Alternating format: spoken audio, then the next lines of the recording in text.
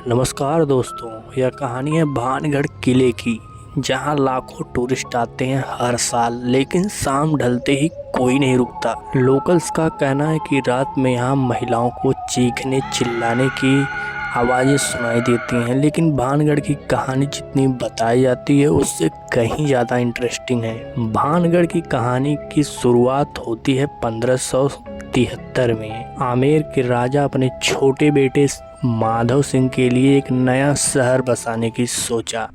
माधव सिंह ने अरावली की पहाड़ियों के बीच भानगढ़ बसाया, लेकिन सबसे इंटरेस्टिंग बात यह है कि अगर आप भानगढ़ जाएंगे तो देखेंगे किसी भी घर के ऊपर कोई छत नहीं है। वहाँ के लोग बताते हैं कि अगर कोई भी छत बनाता है तो वो गिर जाती है। भानगढ़ के लोग इसके पीछे दो कहानियां सुनाते हैं। पहली कहानी है एक साधु की। कहा जाता है कि जब माधव सिंह ने एक नया शहर बसाने की सोचा तो वहाँ पहले से ही एक साधु तपस्या कर रहे थे जिनका नाम था बाबा बालूनाथ। माधव सिंह ने किला बनाने के लिए बाबा की परमिशन मांगी और परमिशन मिल गई, लेकिन बाबा बालूनाथ ने एक शर्त रखी कि कोई भी किले की ऊंचाई इतनी नहीं होनी चाहिए कि जिसकी छाया उनके घर पर पड़े, नहीं तो किला पूरी तरह से गिर जाएगा। लेकिन माधव सिंह के पोते ने इमारत की ऊंचाई बढ़ा दी और उसकी छाया बाबा के घर पर पड़ी, और जिसकी वजह से वो शर्त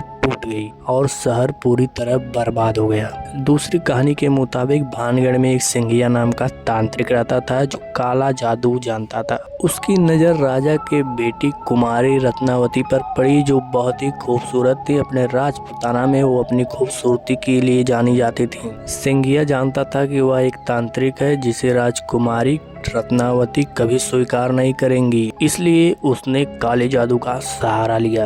एक दिन राजकुमारी रत्नावती अपने सहेलियों के साथ बाजार गईं। एक इत्र की दुकान पर रुकी। सिंघिया को मौका मिला और उसने इत्र की शीशी को लव मैजिक में बदल दिया। शर्त ये थी कि जैसे ही राजकुमारी उस इत्र को लगाएंगी वह सिंघिया के प्यार में पड़ जाएंगी। रत्नावती को उसकी चाल समझ में आ गई और रत्नावती ने की शीशी को एक पत्थर पर दे मारा। इत्र ने काम तो किया, लेकिन रत्नावती की जगह वह पत्थर जो सिंघिया की तरफ गया और सिंघिया को कुचल दिया। मरते वक्त सिंघिया ने श्राप दिया कि इस महल में कोई नहीं बचेगा और पुनर्जन्म भी नहीं पाएगा। माना जाता है ऐसा कि अगले ही साल भानगढ़ और अजबगढ़ के बीच एक भयंकर युद्ध हुआ और उसमें भानगढ़ पूरी तरह तबाह हो गया। लोगों के मुताबिक वहाँ पर आज भी उनकी आत्माएं भटकती हैं। धन्यवाद। आज के वीडियो में इतना ही।